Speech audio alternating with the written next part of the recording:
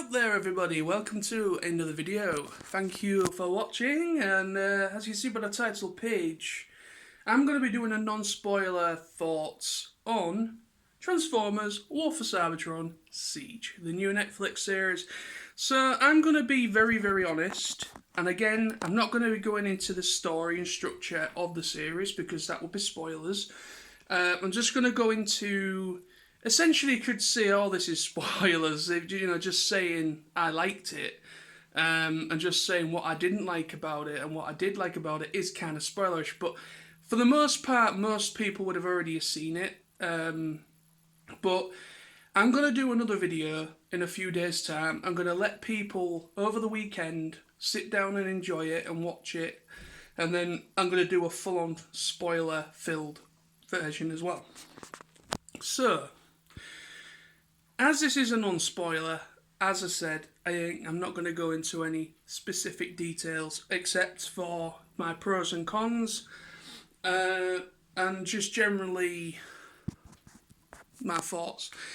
First of all, I love the setting, I love the story. The story for me was probably the best bit of the series for me. It had a decent story, it was dark. I love dark Transformers, but this series did have some problems. From what I can gather, a lot of people have enjoyed it, but it was a very slow burn. It took about 2 or 3 episodes for it to really kick in. So for me, the first episode, I almost stopped watching. I actually kind of watched the first episode and I had a break for about 20 minutes, and I was just kind of like wondering to myself whether to continue it. Apologies, I'm getting a message while I'm doing this. But yeah, I was contemplating whether to continue. I was very 50-50 on the first episode, but the first 2 episodes, as most series, they usually are just setting up the story and the idea of what the series is about. So that was the first 2 episodes were certainly that. It's just setting it all up. But from the 3rd episode in, it seemed to improve episode per episode up to episode 6. Episode 6. So my pros. No, I'm going to go with my cons. Okay, let's focus. There we go. I'm going to go with my cons. I have a few cons. The voice acting is a big con. Some characters I thought were fairly decent. I liked how Megatron was done. I liked Starscream, and I liked Elita 1. Those 3 characters' voice acting and just their whole character development was much more noticeable for me personally. Yes, the lips on Megatron to one side for a second because everybody was like, the lips. But no. But no, that did not distract me at all. I noticed a few people were distracted by how he had a bit of Botox good done, I think. But no, I enjoyed the series as a whole. It has problems, and a lot of people said about pacing. Now, I didn't really have an issue with the pacing. It was a slow burn for the first 2 episodes. But from episode 3, the pacing, the story seemed to be a bit more better. It just seemed to work better. But like I said about voice acting, I didn't like the voice actor for Peter Cullen, for Optimus, sorry. I didn't like his take. I know he's done the voice for Cyberverse Optimus Prime, and he was just simply coming back for this. Now, I can understand his voice would work for Cyberverse because it is much more child-friendly. It is a lot more simplified, and the episodes are only 10 to 15 minutes each. So I can understand, I can forgive... I've forgotten the guy's name, but I can forgive that fact for Cyberverse. But considering War for Cybertron Seige is a completely different series in compared to Cyberverse, It is much more darker, has a lot more mature themes to it, and I think why Megatron worked for me is because the voice actor who played Megatron, he embodied that character much more. He embodied that character really well for me personally. Starscream, I've forgotten the guy's name again. I think it's Chris something. Um, he was in the Prime Wars, the Machinima series, as Starscream, so he came to reprise again. Really enjoyed his performance. He just sounded like Chris Latta, like it was a really decent impression of Chris Latta. But there's only one and only Chris Latta, so yeah, but we all know that. Let me just sit down here for a second. Ah, that's better. Oh, that's better. So, yeah, so it was okay. It was a good. It was far better. It was an improvement over the Prime Wars, the Machinima series, that trilogy. That was absolutely despicable. That was just, there was no arrangement. There was literally nothing.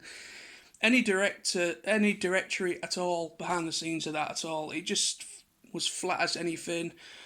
The voice choice for Menasor was absolutely just a big insult.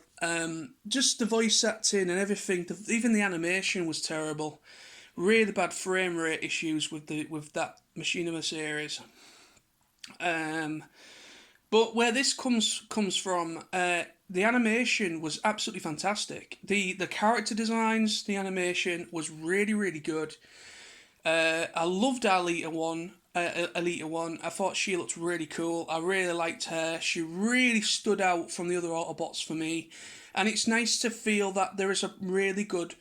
I'm not saying there hasn't been strong female characters in Transformers. There has been. But for me, Alita 1 was very much a background character, and I think you only saw her in G1 Transformers very rarely. I think it was maybe just one, maybe two episodes that you actually saw Alita 1. Comic books, I don't know, because I've not actually read into the comic books, so I wouldn't really know about that. But yeah, it was... As I watched it, I got more into it. I can understand where people were coming from with episode 1, or the first two episodes were very... The pacing was very draggy. It didn't feel like it was going anywhere. But I do like it. I do like the series as a whole now, after watching the entire thing. I'm trying not to go into any spoiler territory with like story, but it's good. It's dark. The action I thought was fairly decent. There was some pretty brutal fight scenes. I just liked how brutal it is. It held no punches when it came to the action, to the point where there was Decepticons and Autobots just being left, right, and centre, just being destroyed. But that's not necessarily a good thing, because there was a couple of characters, I'm not going to say who they are, but there was a couple of characters that I wanted to hopefully see carried on to Chapter 2 and Chapter 3. And they got killed off really easily, and I was a little bit annoyed by that. I don't like it when some characters that I've looked forward to seeing just get killed off really quite easily. That to me is just a way for them to not really having to develop their character anymore and not put any more emphasis on them. I understand Transformers has never been one for... Transformers has had this thing where in the past with Generation 1, like the G1 series, there has been an inkling where only certain characters got the limelight. Other characters got like the odd episode where they stood out a little bit more. But for the most part, a lot of the Autobots and Decepticons were very much just cannon fodder, or they were just they were just minions. They were just there because, you know, they were just there. They really added nothing. They didn't really add anything else to the series or to whatever. But no, it was I liked the story. Not all the voice acting is the biggest issue, the biggest con for me. I Voice acting was, everyone just sounded very generic. It sounded like it was just about 5 voice actors that were playing the same characters, just recycled. That's how it felt to me. Um, the only like I said, the standout ones was Starscream, Megatron, and Elita One for me, because they stood out more. Their voices were much more better. They had more to that. They embodied those characters a lot more than any of the others did. Um, but no, I'm just being honest with it. It's not perfect. I would say I'd give this a solid 7 out of 10 if I had to rate it. 7 out of 10, I think it's fair. I think 7 out of 10. It's not perfect. There's issues with certain aspects of the pacing of the series. There's massive issues with the voice acting. Even though the voice acting is much better compared to the Prime Wars stuff and the Machinima series. I love the character designs. I really love how they're obviously they're essentially just digitized the toys. They've taken the digital blueprint of what the toy was going to look like, and they just rendered it as an actual animated character. That's generally what it looks like to me. But yeah, I really do I like it. I enjoyed it by the end, but there are problems. I'm looking forward to maybe more. I don't know how it's going to work. I don't know if we're going to get all 3 chapters by the end of this year, or if we have to wait a whole year to get chapter 2 and chapter 3. But with them announcing that they're doing Kingdom for chapter 3, makes me wonder as if they've already done the first 2 chapters. But obviously they're releasing the first 6 episodes, which is chapter 1. And then chapter 2, I have no idea what that's going to be about, but it's not, obviously it's going to be continuation on from what happened in the events, by the end of the events of chapter 1, obviously. So chapter 2 would just likely be a continuation. But chapter 3, with the possibility of bringing in Beast Wars characters. But the thing is with this is that there could be something good that comes from the negativity and some of the criticisms that have come from fans. I'm hoping Netflix, and I'm hoping Rooster Teeth, and I'm hoping the producers, voice director, etc., everyone that worked on this, I'm hoping they don't take it as an insult to their work as per se. I'm hoping that they use it as creative criticism, and they kind of say, okay, I can see where they're coming from with this factor, that factor, and hopefully maybe chapter 2 and chapter 3, it might be better. Because if you remember rightly, like most of the time, the first season of any Transformers series is usually the weaker series, because for the most part of the first series, they're building on the world, they're building on the characters, and they're building on what the whole structure of what the series is going to be about. So the first series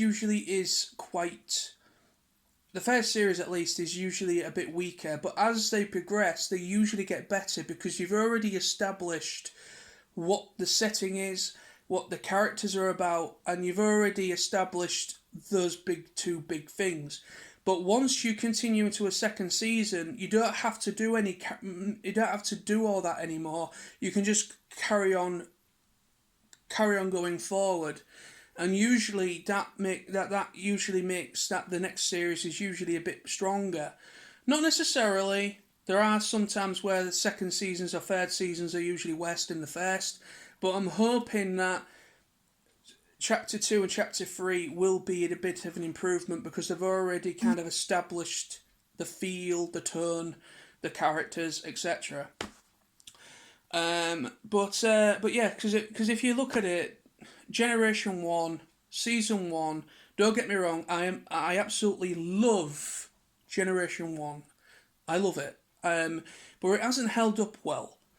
It's a series like a lot of the 80s cartoons. There's some that have stood up to time or whatever, but there are some that, if you look back on it, they look very they look very dated, and they haven't stood, they haven't stood well, as time's gone by.